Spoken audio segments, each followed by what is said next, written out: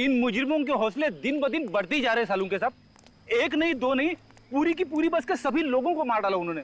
हाँ यार, पता नहीं क्या होता जा रहा लोग, जरा जरा सी बातें लड़ाई झगड़ा मार काट। Very bad.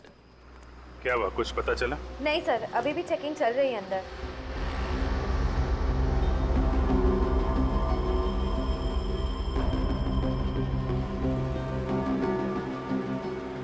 सर 2 लड़कियां बची लेकिन बेहोश हैं। अभी कैसी तबीयत है इन लोगों की? सर इन्हें थोड़ी देर में होश आ जाएगा।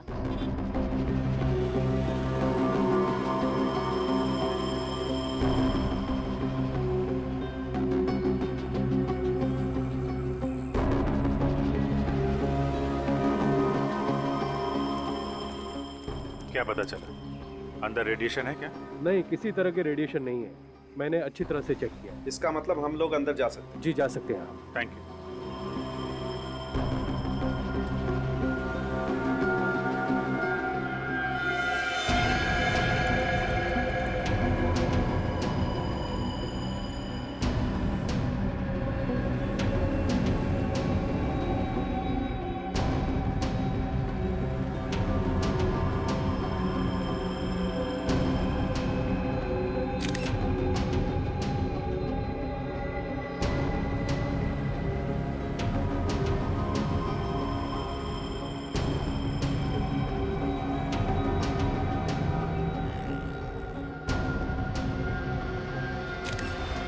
मामला तो जहर का ही लग रहा है सारुण के साथ। सर, इतने सारे लोगों को एक साथ जहर दे दिया। मुझे तो लगता है इस बस की हवा में ही कोई जहरीली गैस घुस गई है, जिसकी वजह से हम मर गए। सारुण साहब, आपको क्या लगता है ये कौन सी गैस हो सकती है? अब ये तो टेस्ट करने के बाद ही पता लगेगा कि कौन सी गैस है।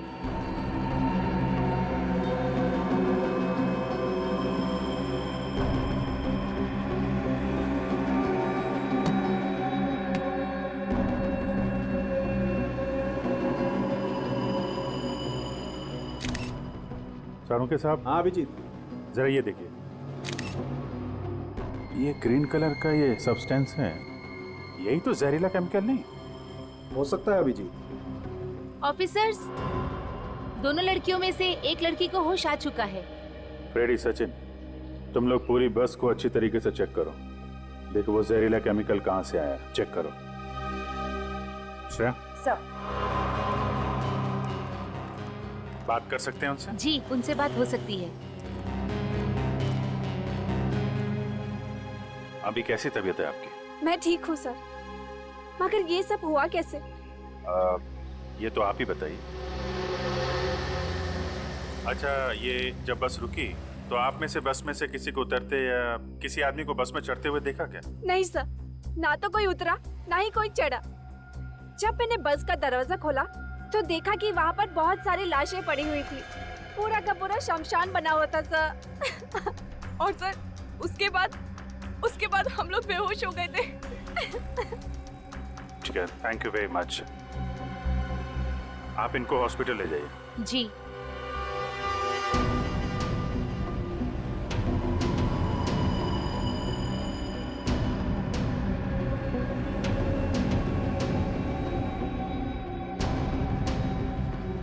जी डॉक्टर साहब, कुछ पता चला क्या? हाँ अभिजीत, ये देखो, जहर ने चमड़ी पर अपना असर दिखाना शुरू कर दिया है। सबकी चमड़ी पर हरे हरे दाग आना शुरू हो गए। देखो,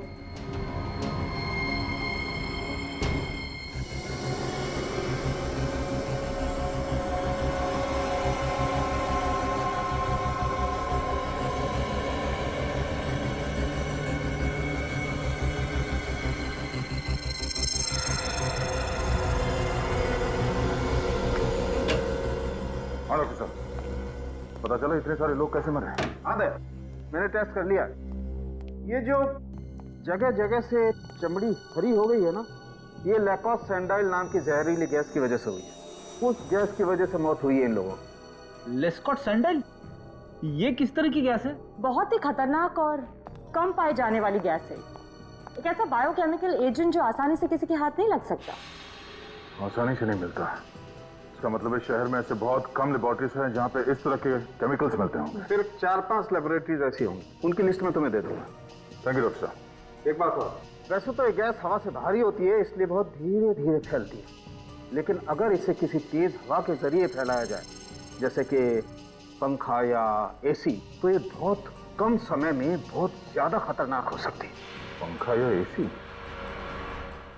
बस भी तो एसी बस थी। एग्जैक्टली थे, और आतंकवादी ये बात जानते थे, इसीलिए उन्होंने एसी बस चुनी, जिससे इन बेचारों को बचने का मौका ही नहीं मिला। और एक बात, अगर ये गैस किसी भी तरह इंसान के शरीर में चली जाए तो 7 से 10 मिनट के अंदर उसकी मौत तो निश्चित है। सर, जिसने भी ये किया है बहुत ही बड़ी प्लानिंग, बहुत ही बड़े मकसद के साथ किया है। एक बार ये पता चल जाए कि ये केमिकल आया कहां से, किस लेबोरेटरी से, तो मकसद भी पता चल जाएगा।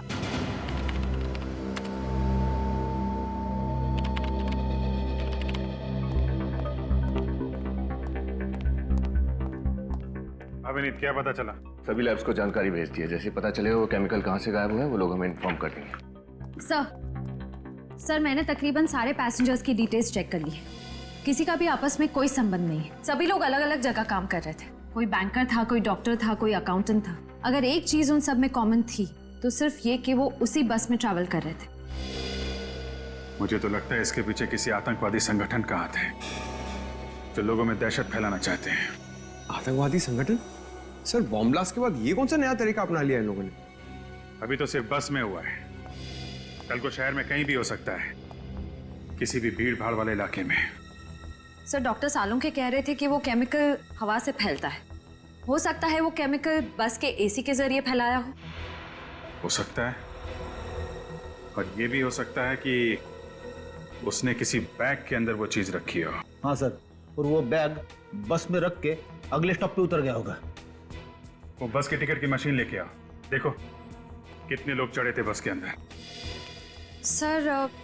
सर ये भी तो हो सकता है कि वो आतंकवादी सुसाइड स्क्वाड का हो और पैसेंजर्स के साथ वो खुद भी मर गया हो सकता है। बस के अंदर जितने लोग मरे थे सबकी बॉडी की शिनाख्त हो गई? नहीं सर, अब भी कुछ बाकी है।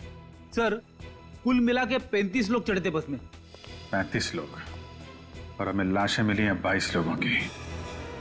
मतलब 13 लोग बस से नीचे उतरे हैं। और सर, जहाँ से बस शुरू हुई थी वहां से लेकर तिलक नगर जहाँ बस मिली, टोटल 5 बस स्टॉप्स हैं। तो इन 13 लोगों के बारे में पता लगाते हैं। उन 5 बस स्टॉप में उतरे थे। बस को अच्छे तरीके से चेक करना होगा, और बस के अंदर जो बैग मिले थे उनको भी छान मारते हैं।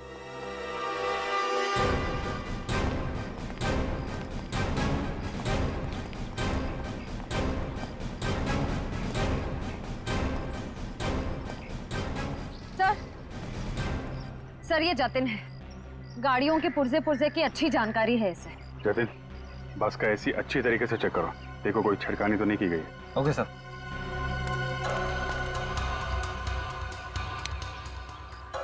एसी का वेंटिलेशन चेक करो, देखो कहीं हरा रंग दिखता है क्या।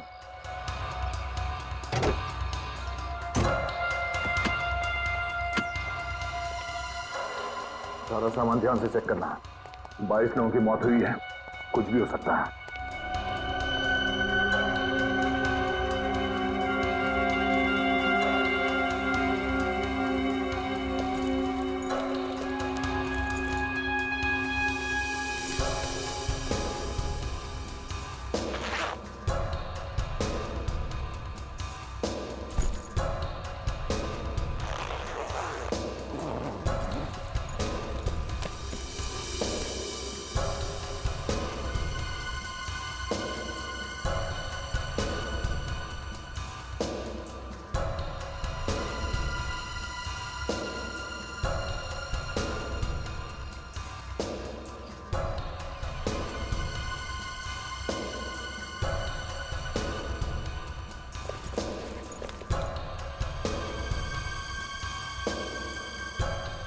एक मिनट,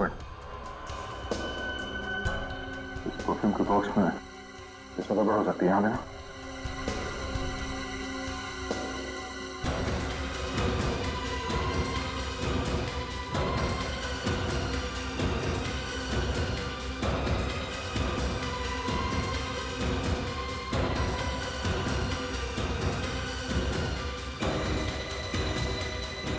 नहीं, ये बोर्ड तो एकदम भरी हुई है। इसमें केमिकल नहीं हो सकता।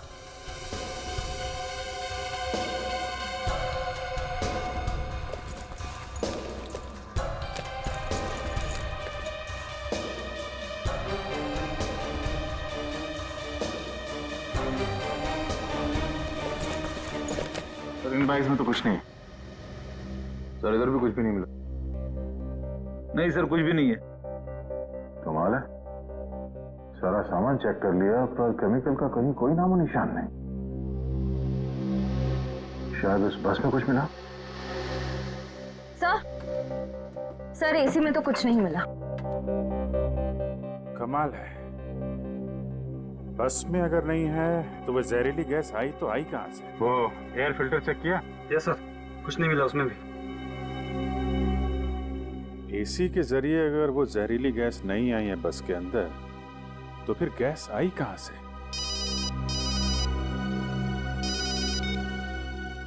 हाँ दया, हाँ कुछ मिला उस बस में? बस में कुछ नहीं मिला।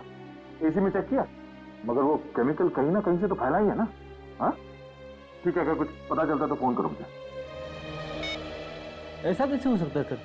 केमिकल ना तो बस में है और ना ही सामान में, तो फिर ये केमिकल आया कहाँ से? ये केमिकल आया कहीं आसपास से ही है। अगर ये केमिकल गैस फॉर्म में है तो हो सकता है किसी ने छोटी सी बॉटल में डाल के लाया हो। तो बैग फिर से चेक करना।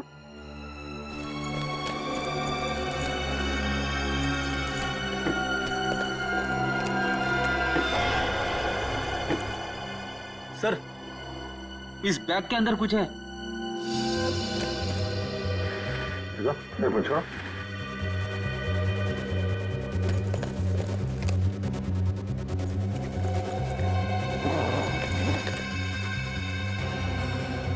ये देखो,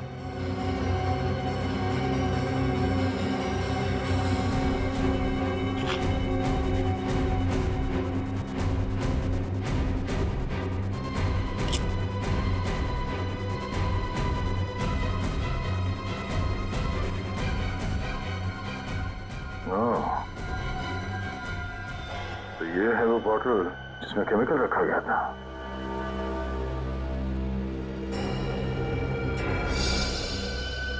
तो इस बैग के अंदर भी वो हरा लगा हुआ है सर। सर बॉटल को देख के तो लगता है कि ये एक ऑर्डिनरी बॉटल है और बॉटल के अंदर केमिकल हाथ से डाला गया होगा। सीट नंबर 16 पे कौन बैठा ना सर?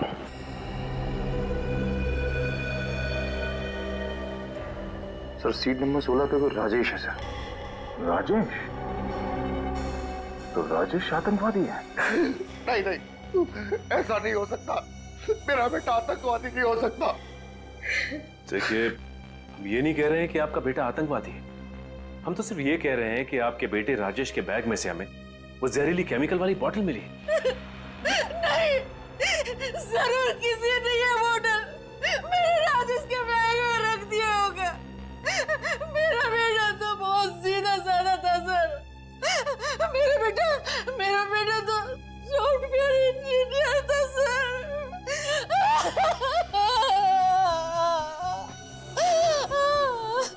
सर विश्वास कीजिए, वो ऐसा नहीं हो सकता। मेरा बेटा ऐसा नहीं कर सकता। सर अंदर कुछ नहीं मिला। देखा सर, देखा, अब तो विश्वास हुआ ना कि हम लोग शरीफ लोग हैं। एक तो बेटे की मौत ने हमें आधा कर दी, रही सही कसर इस इल्जाम ने। आप हमें गलत समझ रहे हैं। हम आप पे इल्जाम नहीं लगा रहे, हम तो सिर्फ पूछताछ कर रहे हैं। आप लोग एक बार भी नहीं सोचते ना कि आप लोगों की ये पूछताछ किसी का दिल दुखा सकती है? तुम कौन हो? मेघा, राजेश की मंगेतर। ऑफिसर, कुछ पता चला? राजेश और उसके दोस्तों की मौत का जिम्मेदार कौन है?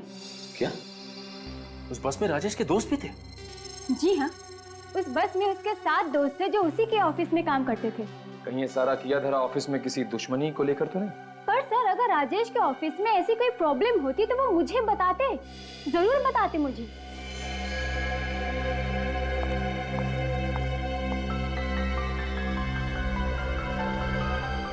ये अस्थमा का पंप किसका है? राजेश का। क्या राजेश को अस्थमा था? हाँ सर, बहुत सीरियस अस्थमा था।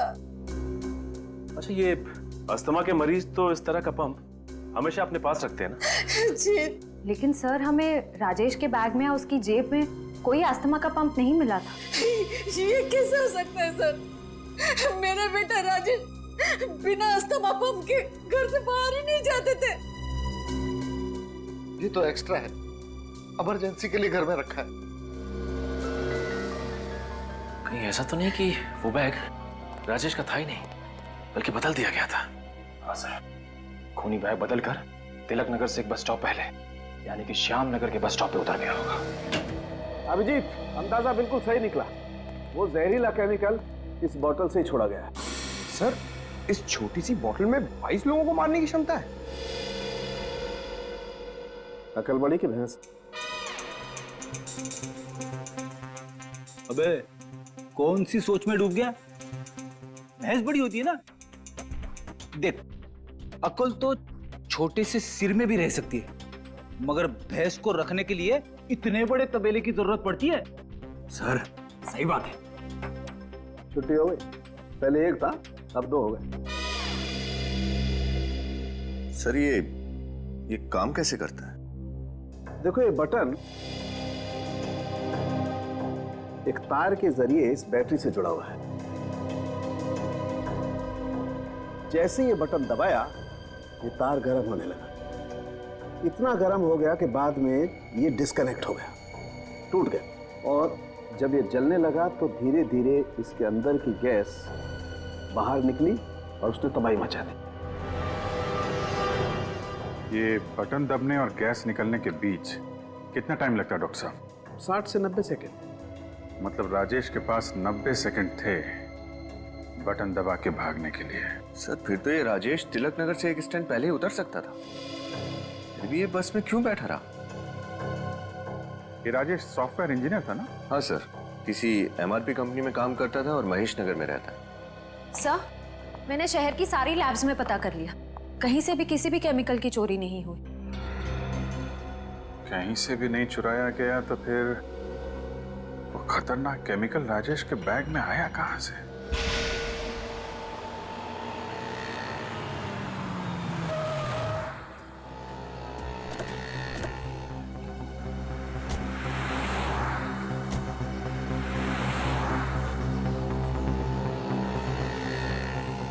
यहाँ आसपास तो कुछ दिख नहीं रहा, ना कोई पान वाला ना कोई चाय वाला। पूछे तो किससे पूछे? सर, वो सामने सड़क के उस पर वो पेपर वाला दिख रहा है, उससे चल के पूछे। चलो।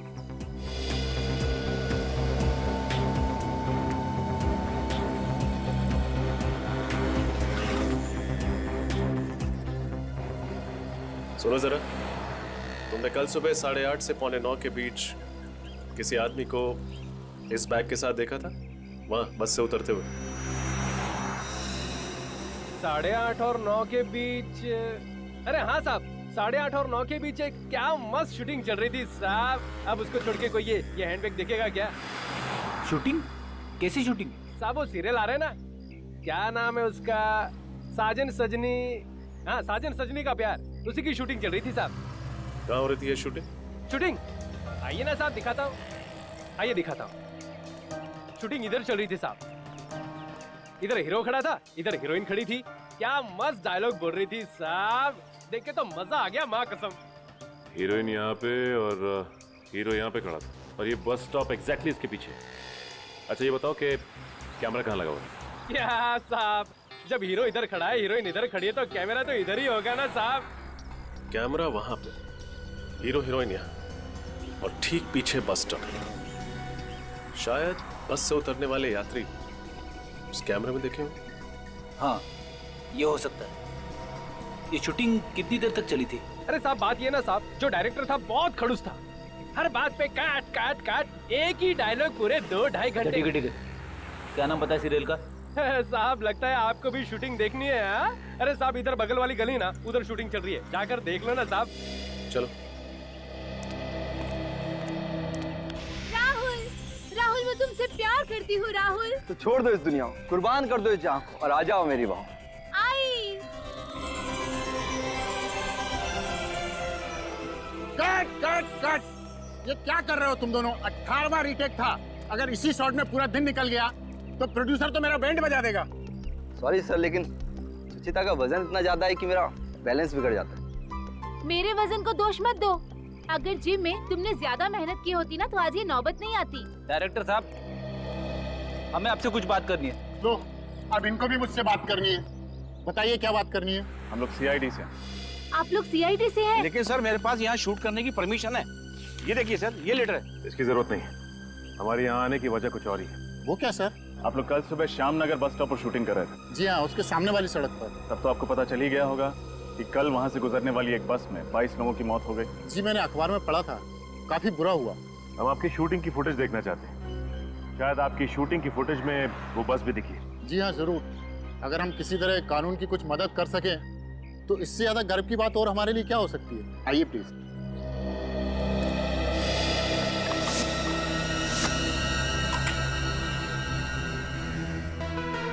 हमारे पास दो ही रास्ते हैं। क्या? या तो हम घर से भाग चलते हैं या फिर आत्महत्या। आत्महत्या? क्या कर सकते हैं? तुम पागल हो गए हो?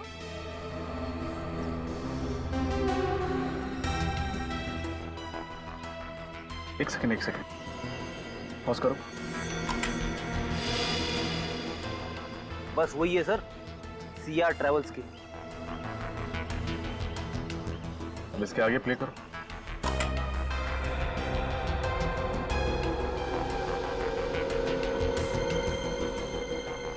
पॉज करो। अरे, इसके हाथ में भी बिल्कुल वैसा ही बैग है जैसा राजेश का था।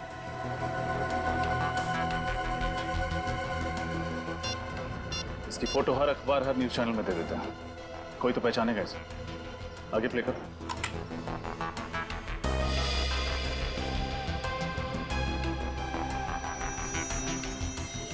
ये आदमी सड़क से गली के अंदर गया हमें। चलो गली में चलकर देखा है। इसी गली में घुसा था ना वो आदमी? हाँ, गली तो यही है। अरे लेकिन ये गली तो वहां जाके खत्म हो जाती है, डेड एंड है वहां पे। हो सकता है वो इन्हीं में से किसी बिल्डिंग में रहता हो या यहाँ आया हो। एक काम करो, तुम लोग बिल्डिंग्स पे जाके पूछताछ करो, तब तक मैं रास्ते के आदमी से पूछता हूँ।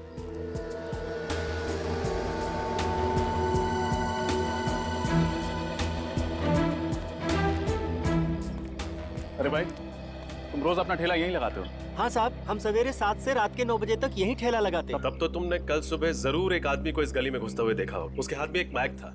आप? सीआईडी। कल सवेरे साहब? हाँ, 8:30 से 8:45 के बीच में। नहीं साहब, हमने नहीं देखा। सर, बिल्डिंग के सारे वॉचमैन से पूछताछ की सर। उनका कहना है कि उन्होंने किसी बैग वाले आदमी को नहीं देखा है और ना ही ऐसा कोई आदमी बिल्डिंग में रहता है। कमाल है, आगे रास्ता बंद, किसी बिल्डिंग में गया भी नहीं, तो फिर वो इस गली में घुसा क्यों? सर कहीं ऐसा तो नहीं कि वो आदमी यहाँ पे सिर्फ बैग छुपाने के लिए आया था? बैग छुपाने? हाँ सर, जैसे ही वो बस से उतरा उसने सोचा होगा कि बैग को कहीं छुपा देता हूँ ताकि किसी को शक ना हो उसके ऊपर।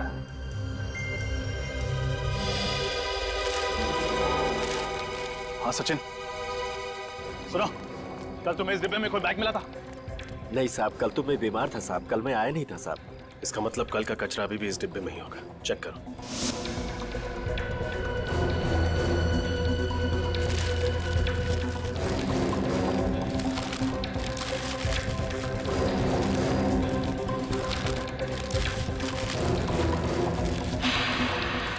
मिल गया सर। ये रहा बैग। संभल के, अंदर कुछ भी हो सकता है।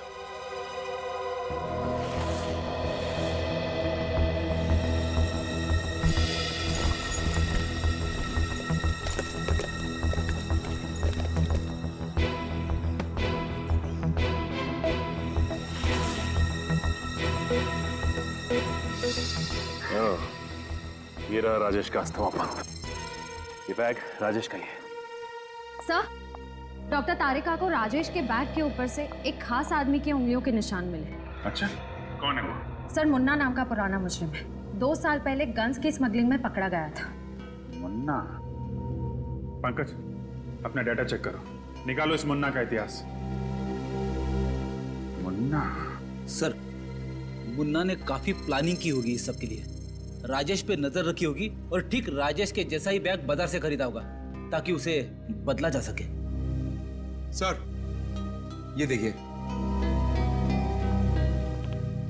सर, स्मगलिंग के अलावा मुन्ना सुपारी लेके खून भी करता है, मगर इसका कोई एड्रेस नहीं है।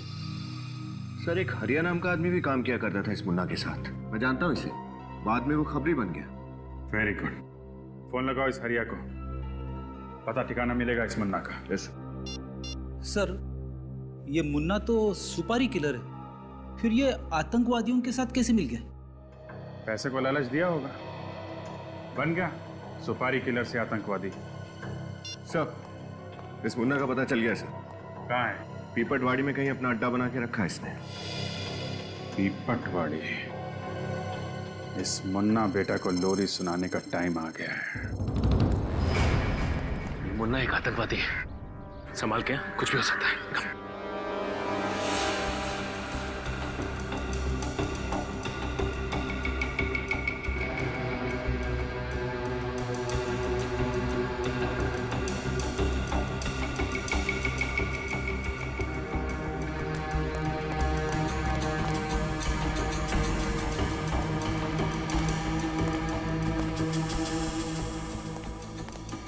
कोई नहीं है सर।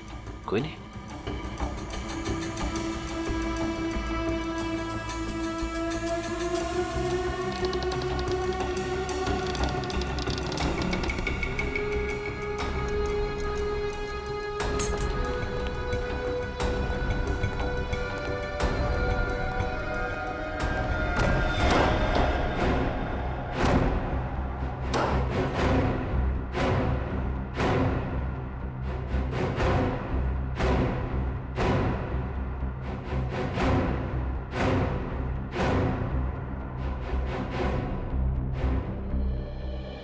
सर, ये मुन्ना तो 9-11 हो गया।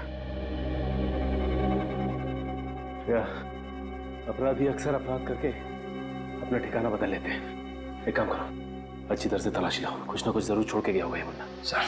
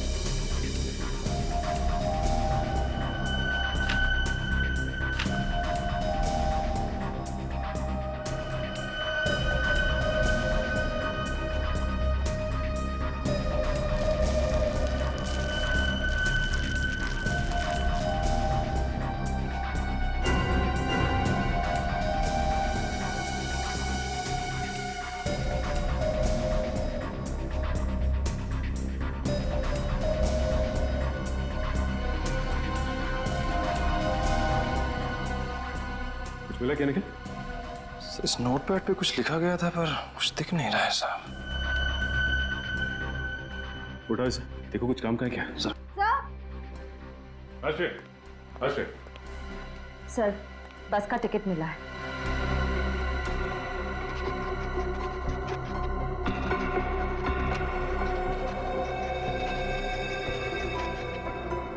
एक बात तो पक्की हो गई कि वो बैग उस बस में मुन्ना नहीं रखा था, उसी बस की टिकट है और टाइम और डेट भी मैच कर रहे हैं। लेकिन ये क्या, मुन्ना ने बस सैंडी नगर से पकड़ी थी, पीपटवाड़ी से नहीं। पर सर, मुन्ना को एनडी नगर बस स्टॉप जाने की क्या जरूरत पड़ गई? उसके लिए तो पीपटवाड़ी का बस स्टॉप ज्यादा नजदीक पड़ता। वो इसलिए क्योंकि शायद मुन्ना एनडी नगर में किसी से मिलने गया था। इस नोटपैड से एनडी नगर के घर का एड्रेस मिला है सर। एनडी नगर? सर, दरवाजा खुला है, लगता है मुन्ना अंदर ही है, संभाल के।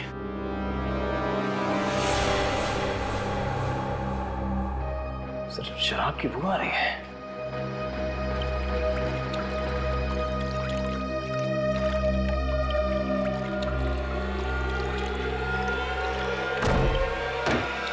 My God!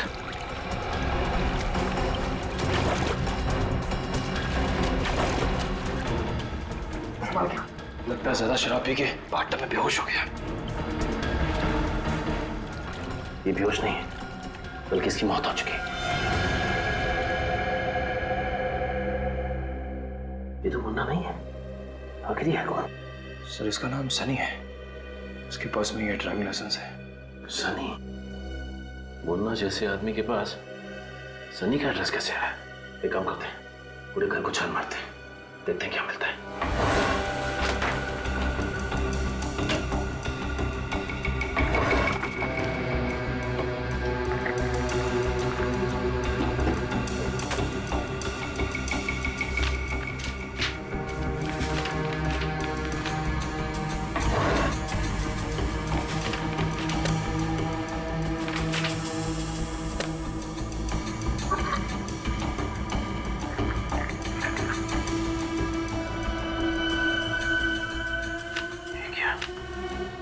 रणविजय, ये भी तो उस बस में था ना, इसकी भी तो मौत हो चुकी है। सर फोटो देख के तो लगता है कि ये सनी और रणविजय एक दूसरे को जानते थे और लगता है गहरे दोस्त भी थे।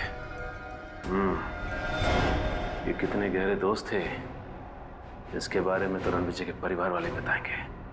सनी और रणविजय बचपन के दोस्त थे। बचपन के दोस्त? हाँ, पांचों ने स्कूल और कॉलेज सब एक ही साथ किया था। पांचों ने? माँ जी आप किन पांचों की बात कर रही हैं? सन्नी और रणविजय के 3 दोस्त और भी थे उस बस में, अमित, उदय और राजेश। राजेश भी इन सबका दोस्त था? इसका मतलब ये कोई आतंकवादी हमला नहीं है, बल्कि कोई तो ऐसा जरूर है जिसने इन सबको ऊपर पहुंचा दिया। किसने मारा है उन बच्चों को? उन बच्चों की तो किसी से कोई दुश्मनी भी नहीं थी। किसी ना किसी से तो दुश्मनी जरूर थी माता जी, वरना खूनी ऐसे ही उनके पीछे नहीं पड़ता। इन पांचों के अतीत के बारे में पता करना होगा हमें। सर, सालुंखे सर की रिपोर्ट आ गई। सर इस रिपोर्ट में साफ साफ लिखा है कि सनी के बाथटब में डूबने की वजह शराब नहीं, ड्रग्स है, जो उन्हें सनी के खून में मिली थी। ड्रग्स? मतलब सनी शराब नहीं पीता था? नहीं। तो क्या सनी ड्रग्स लेता था? नहीं विनीत, रिपोर्ट में साफ साफ लिखा है सनी को ड्रग्स वाला इंजेक्शन उसे गर्दन के पीछे दिया गया। कोई भी आदमी ड्रग्स लेगा अपने हाथ में इंजेक्शन लगाएगा, बाजू में लगाएगा, गर्दन के पीछे? हुआ कुछ ऐसा होगा कि मुन्ना ने सनी का दरवाजा खटखटाया, सनी ने दरवाजा खोला और अंदर जाने के लिए पीछे मुड़ा तो मुन्ना ने वो ड्रग्स वाला इंजेक्शन उसके गर्दन के पीछे घोंप दिया। सनी बेहोश होकर गिर गया, मुन्ना ने उसे उठाया और बाथटब में डुबो के मार दिया। आसपास शराब छिड़क दी ताकि लोगों को लगे कि ये एक एक्सीडेंटल डेथ है। जिस तरह उस खून को एक्सीडेंट की शक्ल दी गई, ठीक उसी तरह इस बस वाले हमले को आतंकवादी घटना बना दिया उन्होंने। हम सोचते रहे कि इसके पीछे आतंकवादी संगठन का हाथ है, जबकि ये खून है, खून। सनी की मौत हुई 6 से 7 बजे के बीच, मतलब 6 से 7 बजे के बीच सनी का खून करने के बाद मुन्ना एनडी नगर के बस स्टॉप पे पहुंचा और वहां उसने 7:45 बजे की बस पकड़ ली। फिर मौका देख के रास्ते में वो केमिकल वाला बैग राजेश के बैग के साथ बदल दिया। काम हो गया उसका। सनी पे खून का इल्जाम लगा था, मगर ऐन वक्त पे गवाहों ने कोर्ट में आने से मना कर दिया और सनी छूट गया। अच्छा, उन गवाहों में कहीं रणविजय और उसके 3 दोस्त तो नहीं थे? हाँ सर, वही लोग थे। ठीक कहा आपने। खून किसका हुआ था? किसी मोनिका नाम की लड़की का। मोनिका? मतलब खूनी मोनिका का कोई दोस्त या रिश्तेदार है जो उसकी मौत का बदला ले रहा है। अब सीआईडी के आने का क्या फायदा? मेरे मोनिका को तो इंसाफ दिला नहीं पाए आप लोग। इसलिए अब आपके पति खून करके बदला ले रहे हैं। ये क्या कह रहे हैं आप?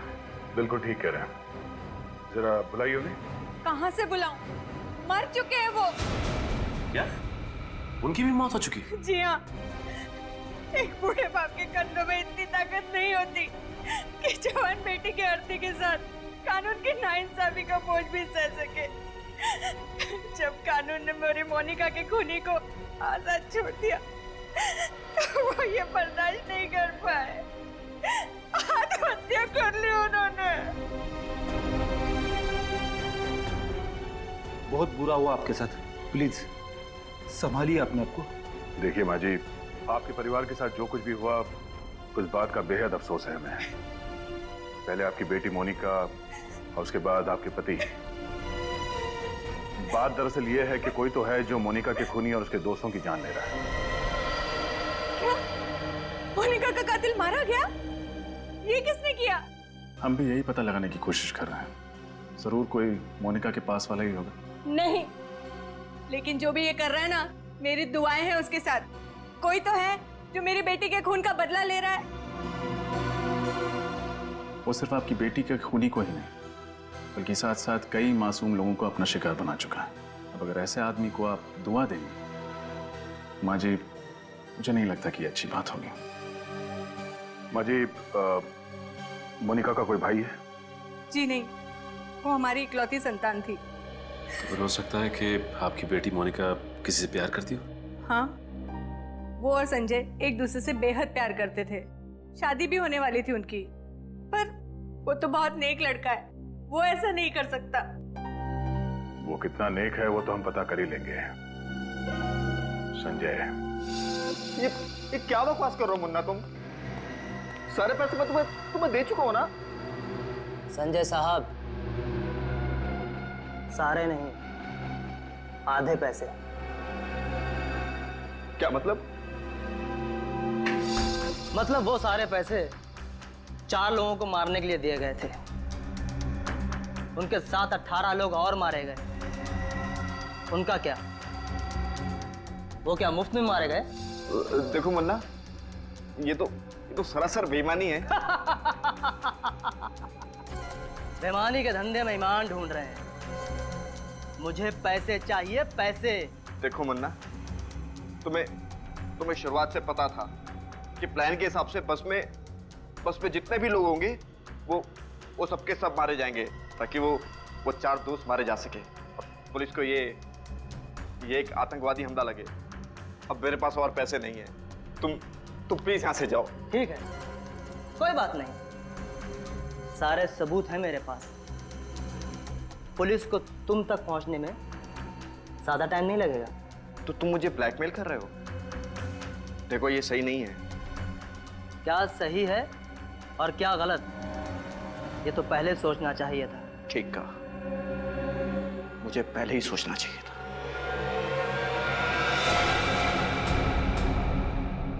ये क्या करे संजय? मुझे मत मारना। ना ना ना ना मुन्ना ना। अदुपर, मुझे मत। जो आदमी 22 लोगों को मरवा सकता है, वो क्या तुझे नहीं मार सकता? संजय, मुझे मत मारना।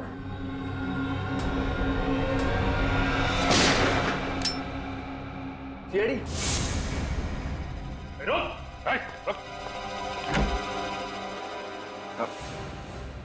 मैंने कुछ नहीं किया सर। ये सब इस गुंडे मुन्ना ने किया है। बताइए, बस में बैठे लोगों को मार दिया इसने। हमें पता है तुमने ही किया ये सब। मोनिका के खून का बदला लेना चाहते थे ना तुम? नहीं सर। नहीं?